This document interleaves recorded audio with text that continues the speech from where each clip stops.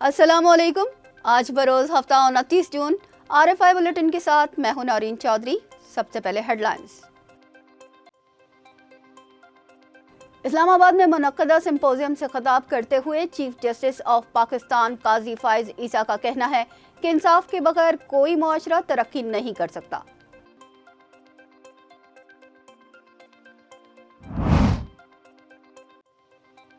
قومی اسمبلی میں مالی سال 2024-25 کا وفاقی بجٹ کثرت رائے سے منظور. 18,887 ارب روپے کا وفاقی بجٹ منظور. رواں مالی سال خسارے کا تخمینہ 8,388 ارب روپے رہے گا.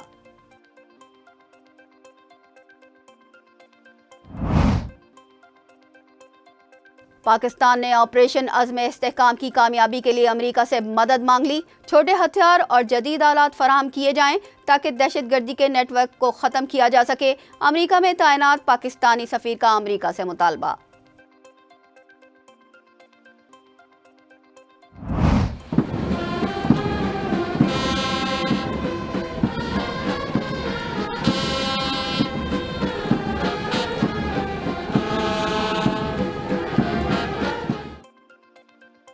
پاکستان نیول اکیڈمی میں 121ویں مڈشپ مین پاسنگ آؤٹ پریڈ کا انعقاد.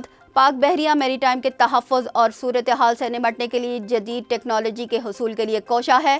ایڈمرل نوید اشرف کا تقریب سے خطاب.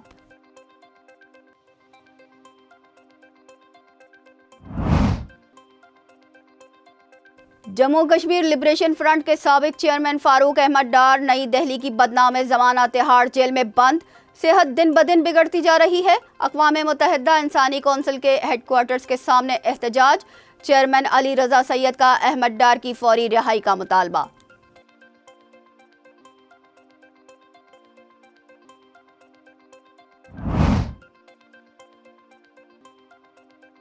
کراچی میں گزشتہ 24 گھنٹے میں ہیٹ اسٹروک سے مزید 9 افراد جاں بحق. محکمہ صحت سندھ نے تصدیق کر دی.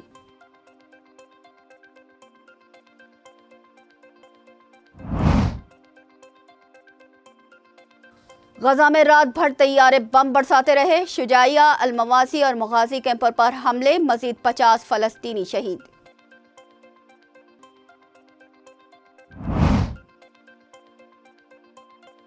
امریکہ یوکرین کو امدادی پیکج بھیجے گا. فضائی دفاعی میزائل، ایئر ڈیفنس سسٹم اور توپ کے گولے شامل. امداد کا مقصد یوکرین کے دفاع کو مضبوط کرنا ہے.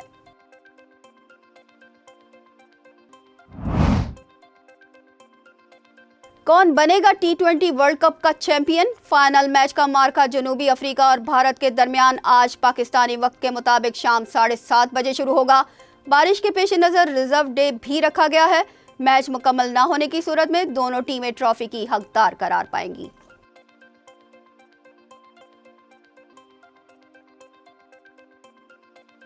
ہیڈ لائنز آپ نے ملاحظہ کی. چلتے ہیں خبروں کی تفصیلات کی جانب. اسلام آباد میں منعقدہ سمپوزیم سے خطاب کرتے ہوئے چیف جسٹس آف پاکستان قاضی فائز عیسیٰ کا کہنا ہے کہ انصاف کے بغیر کوئی معاشرہ ترقی نہیں کر سکتا. خواتین کی ہر شعبے میں نمائندگی ضروری ہے. ملازمت کے مقامات پر آئین خواتین کے تحفظ کی ضمانت دیتا ہے. خواتین تعلیم کے شعبے میں اہم کردار ادا کر رہی ہیں. زندگی کے تمام شعبوں میں خواتین کی شمولیت کے لیے اقدامات کیے جائیں. صرف مخصوص نشستوں پر ہی نہیں، وہ براہ راست منتخب ہو کر بھی آ سکتی ہیں. اسمبلی میں مخصوص نشستوں پر آنے والی کئی خواتین کی کارکردگی مردوں سے بہتر ہوتی ہے.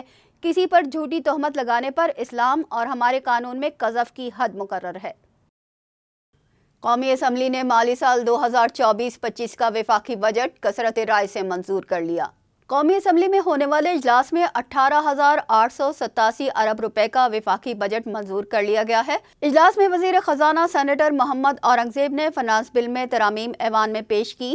پیٹرولیم مصنوعات پر عائد لیوی میں اضافے کی ترمیم بھی ایوان میں پیش کی گئی. حکومت نے مالی سال 2025 کے وفاقی بجٹ میں پیٹرولیم لیوی کو موجودہ 60 روپے فی لیٹر سے بڑھا کر 80 روپے فی لیٹر کرنے کا اعلان کیا ہے. تاہم حکومت وقفے سے 20 روپے فی لیٹر پیٹرولیم لیوی عائد کرتی رہے گی. بجٹ تقریر کرتے ہوئے وزیر خزانہ نے بتایا کہ وفاقی حکومت کا ٹیکس ریونیو کا ٹارگٹ 12,970 ارب روپے مقرر کیا گیا ہے۔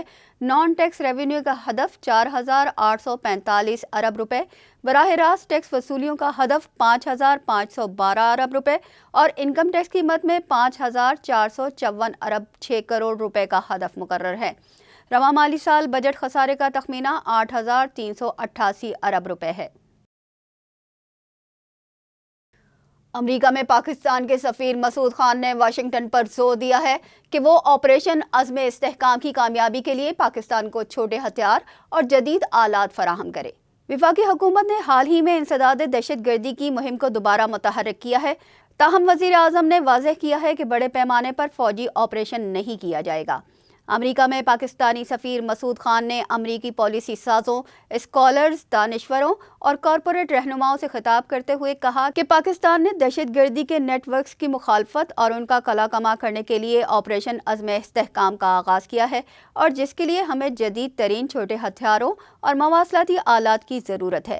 انہوں نے اس بات پر زور دیا کہ پاکستان اور امریکہ کو مضبوط سیکیورٹی روابط برقرار رکھنے، انٹیلیجنس تعاون کو بڑھانے، جدید فوجی آلات کی فروخت دوبارہ شروع کرنے پر کام کرنا چاہیے۔ امریکی سفیر کا کہنا تھا کہ یہ علاقائی سلامتی اور دہشت گردی کی بڑھتی ہوئی لہر پر قابو پانے کے لیے انتہائی اہم ہے، جس سے امریکہ اور اس کے اتحادیوں کے مفادات کو بھی خطرہ لاحق ہے۔ نیول چیف ایڈمرل نوید اشرف کا کہنا ہے کہ بحر ہند مستقبل کے تنازعات کے ممکنہ میدان کے طور پر ابھر رہا ہے۔ پاک بحریہ صورتحال سے نمٹنے کے لیے جدید ٹیکنالوجی پر کام کر رہی ہے۔ پاکستان نیول اکیڈمی میں 121ویں مڈشپ مین پاسنگ آؤٹ پریڈ کا انعقاد کیا گیا۔ امیر البحر ایڈمرل نوید اشرف تقریب کے مہمان خصوصی تھے۔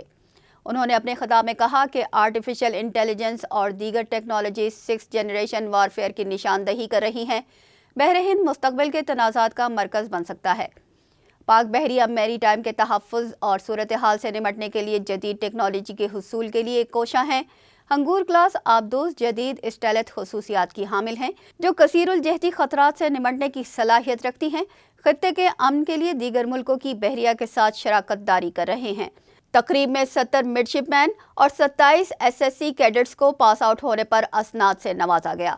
Today, the nation and its armed forces stand united against the menace of terrorism and extremism. Pakistan Armed Forces are capable and committed to eradicate the scourge of terrorism as well as thwart any aggressive designs against our motherland regardless of the cost.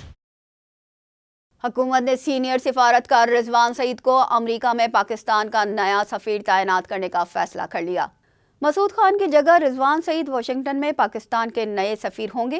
ترجمان دفتر خارجہ نے ہفتہ وار briefing کے دوران رضوان سعید کی امریکہ میں تعیناتی کی تصدیق کر دی ہے۔ ترجمان نے بتایا کہ عاصم افتخار کو اقوام متحدہ میں پاکستان کا ایڈیشنل مستقل مندوب تعینات کرنے کا بھی فیصلہ کیا گیا ہے۔ عاصم افتخار فرانس میں پاکستان کے سفیر تھے، وہ مناسب وقت پر مستقل مندوب کا عہدہ سنبھالیں گے۔ ترجمان دفتر خارجہ کا کہنا تھا کہ یہ تعیناتیاں متعدد ہفتوں سے زیر غور تھیں۔ اس وقت مسعود خان امریکہ میں پاکستانی سفیر کی ذمہ داریاں سر انجام دے رہے ہیں۔ کشمیر کونسل یورپ کے چیئرمین علی رضا سید نے یورپی یونین کے حکام پر زور دیا ہے کہ وہ بھارتی قید میں مقبوضہ جموں و کشمیر کے آزادی پسند رہنما فاروق احمد کی فوری رہائی کے لیے اپنا اثر و رسوخ استعمال کریں۔ علی رضا سید نے اس سلسلے میں یورپی پارلیمنٹ سمیت یورپی کونسل اور یورپی کمیشن کے صدور کو خط لکھا ہے، جس میں کہا گیا ہے کہ جموں کشمیر لبریشن فرنٹ کے چیئرمین فاروق احمد ڈار اس وقت نئی دہلی کی بدنام زمانہ تہاڑ جیل میں بند ہیں اور ان کی صحت دن بدن بگڑتی جا رہی ہے۔ انہیں منی لانڈرنگ کے ایک جعلی کیس میں پھنسایا گیا ہے۔